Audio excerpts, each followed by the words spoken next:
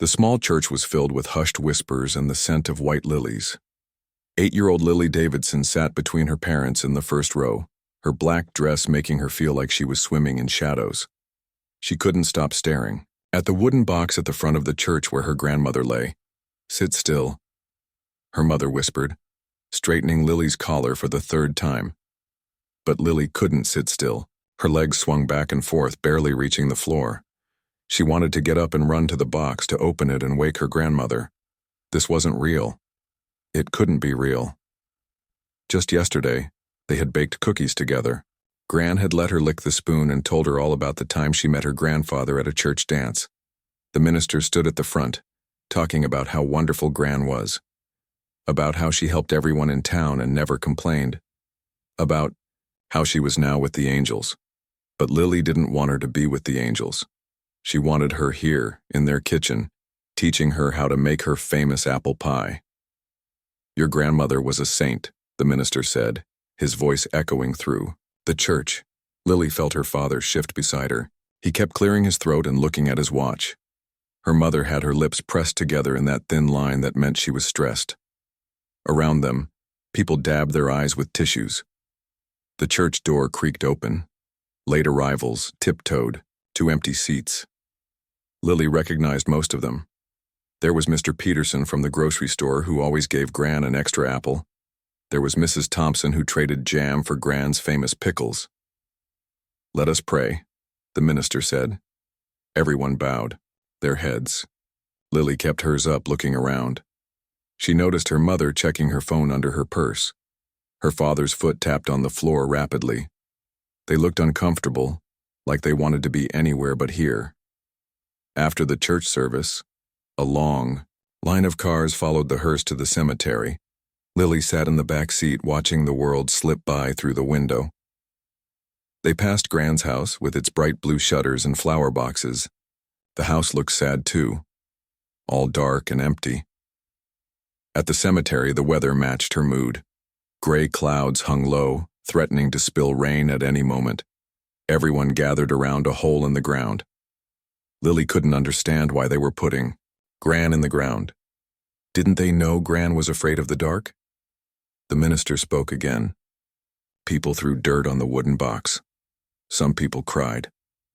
Her father just stood there, stiff as a soldier. Her mother kept pulling Lily closer like she might run away. "Mom," Lily whispered, tugging on her mother's sleeve. "Can we take Gran home, now?" Her mother's eyes widened. "Lily, no, this is where Gran needs to be. But she'll get cold and lonely." Tears started falling down Lily's cheeks, hot against the cool air. The cemetery workers started lowering the box. Lily felt something break inside her chest. This was it. Gran was really going away forever. No more stories. No more cookies. No more hugs that smelled like lavender soap. People started walking back to their cars.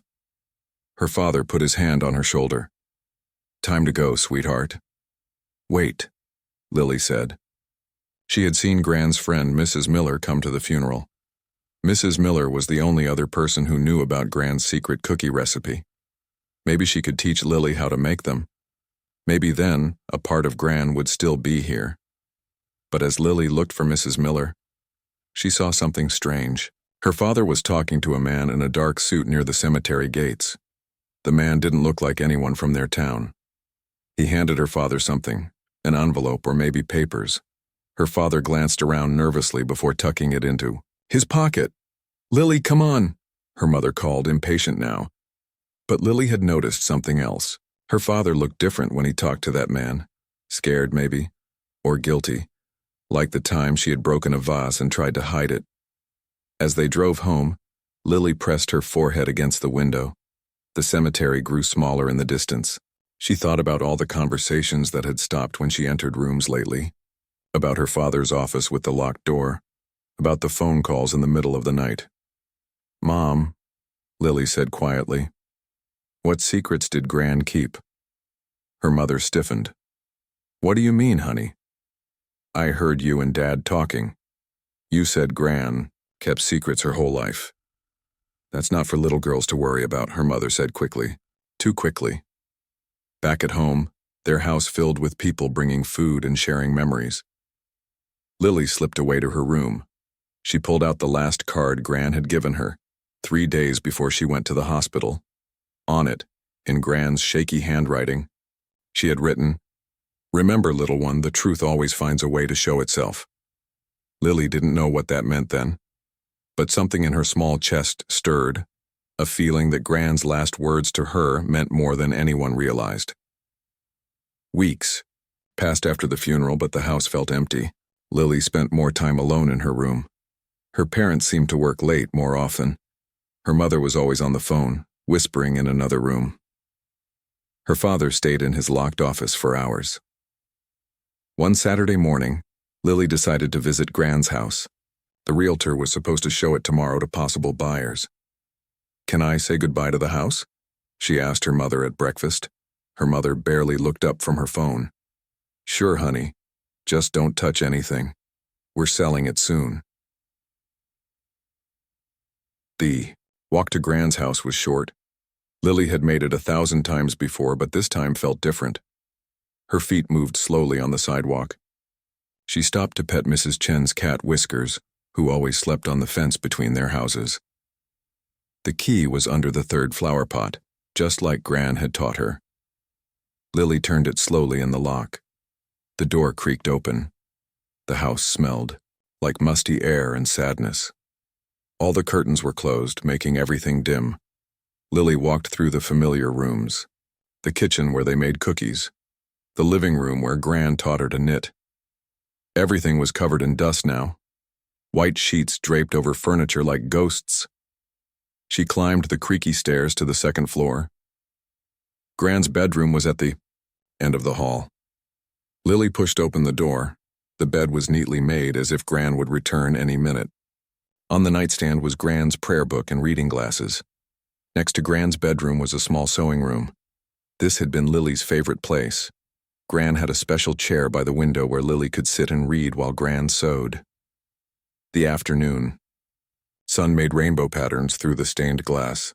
Lily sat in the chair one last time. The soft cushion still held Gran's shape. She could almost see her grandmother sitting at the sewing machine, humming softly as she worked. The old desk in the corner caught her eye. Gran had always kept papers there, bills and letters mostly. But something looked different. A thick envelope lay on top, sealed with red wax. Lily had never seen one like it before. She picked it up carefully. It was heavy.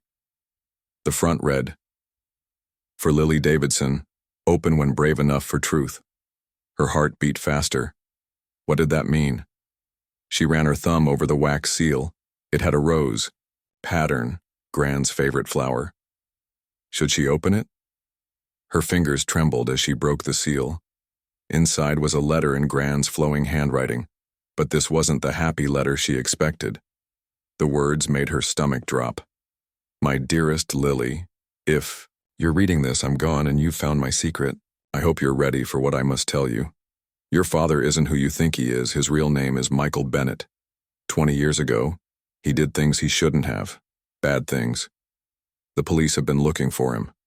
I helped him hide. I helped him change. I did it because people can change and your mother loved him. But if he hasn't turned himself in by now, you might be in danger. Look under my mattress, there's a box. Inside, you'll find photos and papers. They'll explain everything. Be brave, my little Rose. The truth protects us, even when it hurts. All, my love, Gran." Lily's hands shook. She read the letter again. Her father, a criminal. It didn't make sense. Dad coached her soccer team. He made silly jokes at dinner. He tucked her in every night. She rushed to Gran's bedroom. The mattress was heavy, but Lily managed to lift the corner. There it was, a small wooden box, hidden away. Inside were old photos she'd never seen. Her father looked younger with a beard. He stood with men who looked rough, dangerous. There were newspaper clippings with headlines about robberies and arrests. Documents with his real name, Michael Bennett. Lily sat on the floor, papers spread around her. Her whole world was turning upside down. How could Gran keep this secret? How could her father lie every day? Then she found a photo that made her cry. It showed Gran, younger but still wrinkled, hugging her father. On the back, it said, "The day Michael came to me for help. The day I chose love over fear." Footsteps creaked on the stairs. Panic shot through Lily. Someone was coming. She quickly gathered the papers and shoved them back in the box. The footsteps were getting closer. The door opened. It was her father. "Lily? Your mom said you might be here?" He smiled but then saw the box in her hands. His face changed. All the color drained away. "Honey, what's that?" His voice shook. Lily looked at him. Her dad, who taught her to ride a bike, who checked for monsters under her bed. Now she saw him differently. The scared man at the cemetery. The stranger in the photos. "Why did Gran call you Michael?" She asked quietly. Her father closed his eyes. When he opened them, tears glittered there. He knelt down slowly like an old man. "How much do you know, sweetheart?" "Everything," Lily whispered. "Gran told me everything." The truth hung between them, in the dusty room. Outside, birds sang like nothing had changed. But for Lily, everything had changed. She was looking at her father and seeing a stranger. "We need to talk," he said finally. "But not here. Let's go home." As they left Gran's house, Lily clutched the box against her chest. Inside were answers, but also more questions. Walking beside, her father felt different now. Every step seemed to echo with secrets, and somewhere in her 8-year-old heart, she understood that Gran had given her a gift. Not just the truth, but the choice of what to do with it. The drive home was silent. Lily sat in the passenger seat, the wooden box on her lap. Her father's knuckles were white on the steering wheel. He kept glancing at her, then looking away quickly. They pulled into the driveway. Her mother's car wasn't there. Dad turned off the engine but didn't get out. He just sat there, staring straight ahead. "Your grandmother loved me," he said finally. "That might be hard to believe now." Lily didn't say anything. She hugged the box tighter. "Can we go inside? This isn't a car conversation." He tried to smile, but it looked wrong on his face. In the living room, her father poured himself a glass of water. His hands shook slightly. Lily sat on the couch, the box next to her. 22 years ago, I was someone else," he began. "Michael Bennett. I was young, stupid, and made terrible choices. I got involved with bad people. We robbed stores, banks. I never hurt anyone, but I was part of it." Lily listened quietly. This was like a story, but it was real, and it was about her father. "The police caught everyone except me. I ran. I was scared. I had nowhere to go." He sat down across from her. "Then I met your grandmother at a diner. I was desperate, tired, scared. She saw something in me that even I didn't see." "What did she see?" Lily asked softly. "She saw that I wanted to change, to be better. She didn't know who I was at first. We just talked about life, dreams, hopes. When I finally told her the truth, she didn't turn me in. Why? She said everyone deserves a second chance, but chances come with choices. She helped me get new papers, a new name. She introduced me to your mother. She gave me a job at the church, fixing things, doing odd jobs." "But you lied to Mom?" His face crumpled. "At first, yes, but then I told her.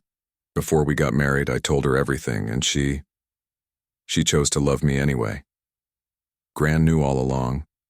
She was the only one who knew the whole truth.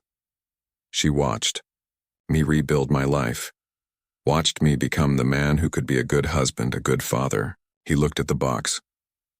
"What else did she tell you?" Lily opened the box again.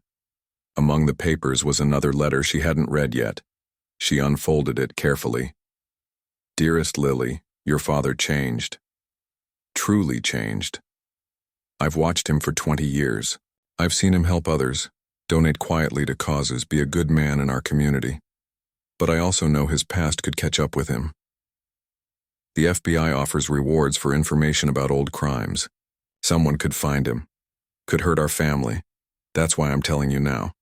Love means many things. Sometimes it means protection. Sometimes it means truth. Sometimes it means choosing what to do when the two conflict. I trust you to decide. Gran Lily read this letter out loud. Her father listened, his head in his hands. I've thought about turning myself in, he said. Many times. But what would happen to you? To your mother? I'd go to prison. You'd grow up without a father. But living with the secret? Lily tried to find the right words. Isn't that like lying every day? Yes, he admitted, and it gets harder. Every night when I tuck you in, I wonder if tomorrow's the day it all falls apart. They sat in silence.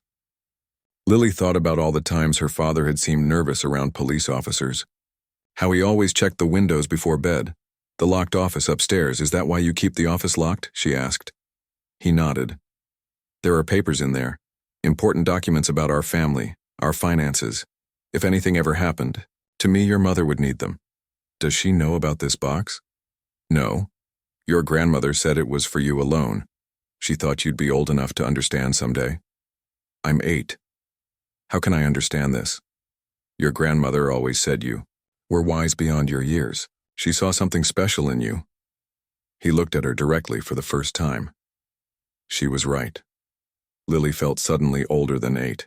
The weight of knowing pressed down on her. What happens now? That's partly up to you, he said carefully. Gran gave you this information. What you do with it, that's your choice. I don't want you to go to jail. I don't want to either. But I also don't want you growing up with fear. With secrets. They talked until the sun began to set. Her father answered every question honestly.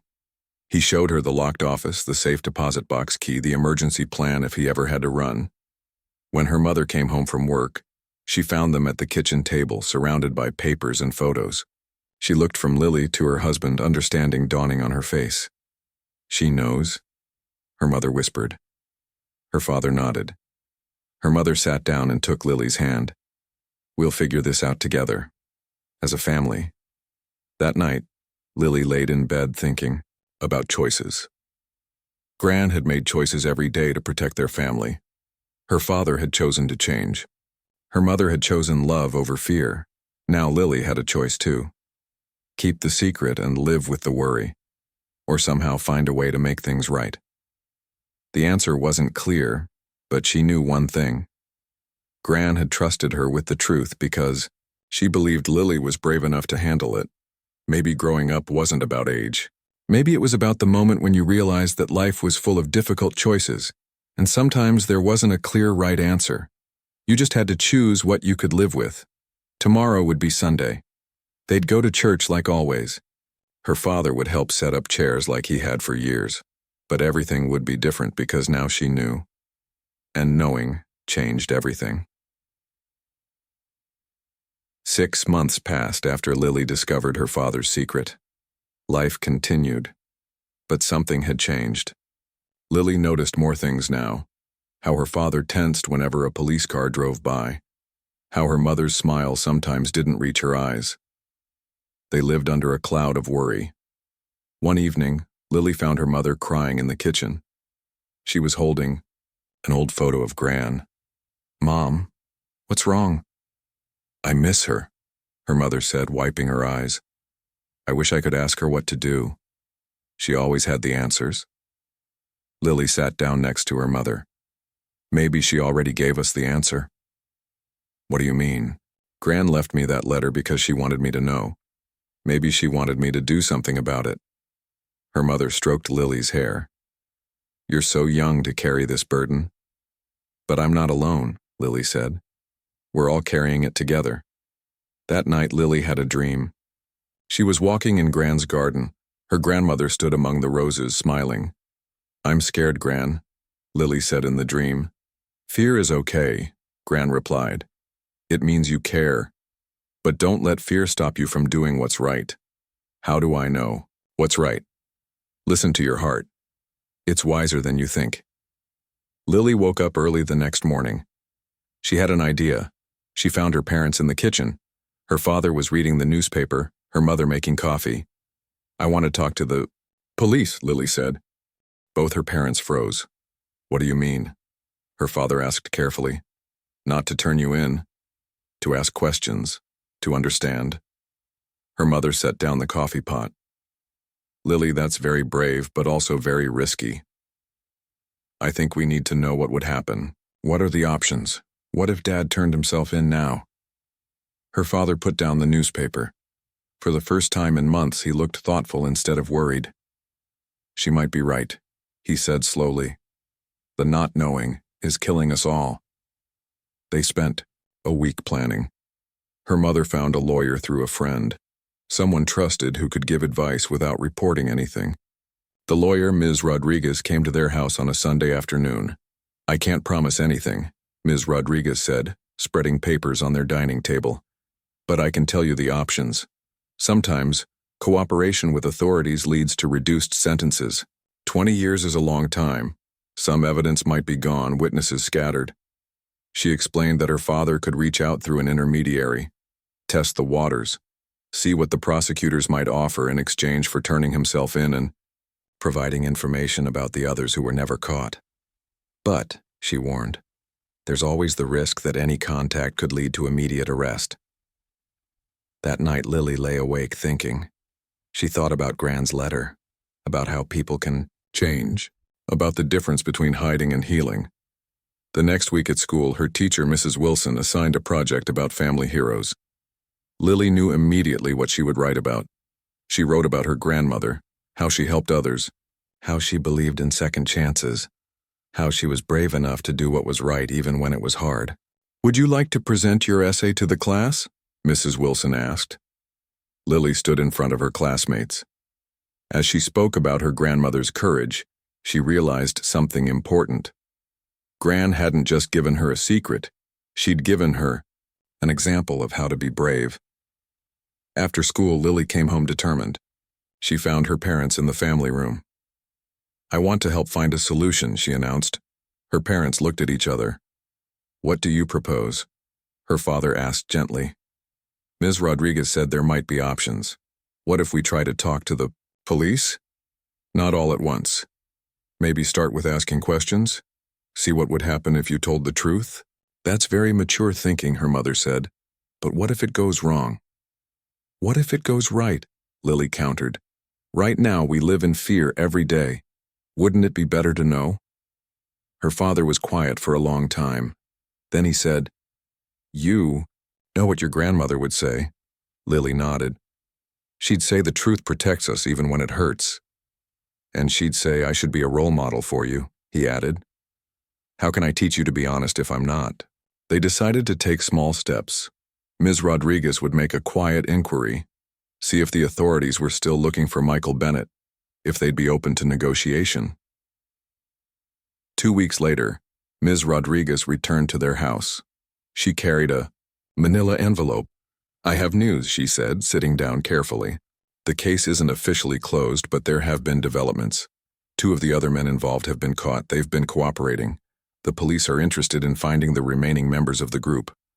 Her father's face paled. "Does that mean—" "It means the timing might be right to approach them. They might offer a deal. Community service, probation, reduced time, in exchange for information and full cooperation." "What do you think?" Lily's mother asked her father. He looked at Lily. "What do you think?" Lily thought about the stories Gran used to tell her, about how plants need both sunshine and rain to grow, how butterflies have to struggle to break out of cocoons to get strong enough to fly. "I think," Lily said slowly, "that we can't keep living like this. Gran gave me that box because she believed I could handle the truth. Maybe she believed we could handle changing things too." The room was quiet. Outside, birds sang in the trees. The afternoon sun made rectangles of light on the carpet. "Then let's do it," her father said finally. "Let's find out what's possible." That evening, as her father read to her before bed, Lily asked, "Are you scared?" "Yes," he admitted. "But I'm also relieved. For the first time in 20 years, we're moving toward truth instead of away from it." "Gran would be proud," Lily said, sleepily, "of all of us." her father agreed. As Lily drifted off to sleep, she thought about how growing up meant learning that answers aren't always simple. Sometimes being brave meant not having a sword or shield, but facing truth with an open heart. 2 months later, on what would have been Gran's 86th birthday, the doorbell rang early in the morning. Lily opened it to find a police officer and a woman in a suit. "Is your father home?" the woman asked kindly. "I'm Detective Sarah Mitchell. We have an appointment." Lily's heart raced. After weeks of talking through Ms. Rodriguez, this was it. The moment when everything would change. Her father came to the door, fully dressed even though it was still dark outside. He'd barely slept last night. None of them had. "I'm Mark Davidson. Michael Bennett," he said, his voice steady. "I believe you're expecting me." "Yes, sir. Would you like to say goodbye to your family?" Lily felt tears starting. Her mother moved to her side, wrapping an arm around her shoulders. "I'll be back for dinner," her father promised. "We've worked everything out through the lawyers, remember?" The deal Ms. Rodriguez had negotiated was better than expected.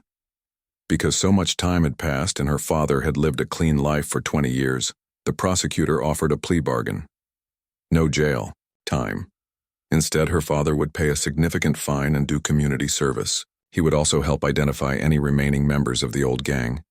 Still, watching him leave in the police car felt like a nightmare. Lily pressed her face against the window until the car disappeared around the corner. The day passed slowly. Her mother tried to keep things normal. They baked cookies, Gran's recipe. They walked to the park, but everything felt strange and empty. By 5 o'clock, they were both watching the door. At 5:30, they heard a car. Through the window, Lily saw her father getting out of Ms. Rodriguez's car. He was smiling. Really smiling. "It's done," he said when he walked in. He hugged them both. "It's officially over." "Over?" Lily asked. "I signed the papers. I told them everything. They've been looking for the ringleader for years. With my information, they think they can finally catch him." "And you're free?" her mother asked. "I'm free. No more looking over my shoulder. No more secrets." He knelt down to Lily's level. "No more lies to you, sweetheart."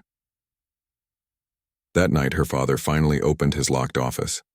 They moved the filing cabinets to the garage. The room became Lily's art studio, something she'd always wanted. 6 months. After that, her father gave his first testimony that helped catch the gang's leader. The man had been hiding in Mexico.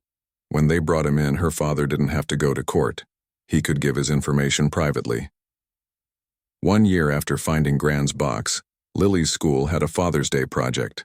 Students were supposed to write about their father's jobs. Lily raised her hand. "My dad used to have a lot of secrets," she told the class. "But now he helps catch bad guys by telling the truth about things that happened long ago. Sometimes grown-ups make mistakes, but they can change and do good things to make up for it." Her teacher smiled proudly. The other kids had questions. Lily answered them carefully, the way her father had taught her. That evening, her family planted a rose bush in their backyard. It was the same kind that grew by Gran's grave. "Gran really did see something special in you," her father said, patting soil around the roots. "She knew you were strong enough to handle hard truths. And wise enough to know when to use them," her mother added. "I miss her," Lily said softly. "Me too," her father admitted. "But she's still helping us in a way. Her lessons are like seeds. They keep growing even when she's gone." 2 years passed. The rosebush grew tall and strong. It bloomed every summer, reminding them of lessons learned and truths faced. Lily kept Gran's wooden box, but not in secret. It sat on a shelf in the living room. Sometimes visitors asked about it. Lily would tell them it held the story of how her grandmother taught them that truth is better than fear, and that people can change. Her father became known in their community as someone who mentored troubled teens. He spoke at schools about second chances. The police even asked him to help with crime prevention programs. "I can't undo the past," he told Lily once, "but I can build something better from it." One sunny afternoon, Lily was reading in the garden when her father came out with lemonade. He sat beside her. "You know," he said, "you did something very brave when you were 8. "What's that?" "You chose love over fear, just like Gran did, just like your mom did. It would have been easier to be afraid of me after you found out. To push me away." "Gran told me people can change," Lily said. And she was right. They sat quietly, listening to birds and watching bees visit the roses. The afternoon sun painted everything golden. Later, when friends asked how their family got so close and honest with each other, Lily would smile and say, "My grandmother taught us that secrets lose their power when you shine light on them. She showed us that truth is like a rose. It might have thorns, but its beauty makes it worth the risk." The wooden box stayed on the shelf, a reminder not of secrets kept, but of secrets shared. Inside now were new photos of their family together, of her father with his community service awards, of the rose bush that grew tall and strong just like the truth that helped it bloom.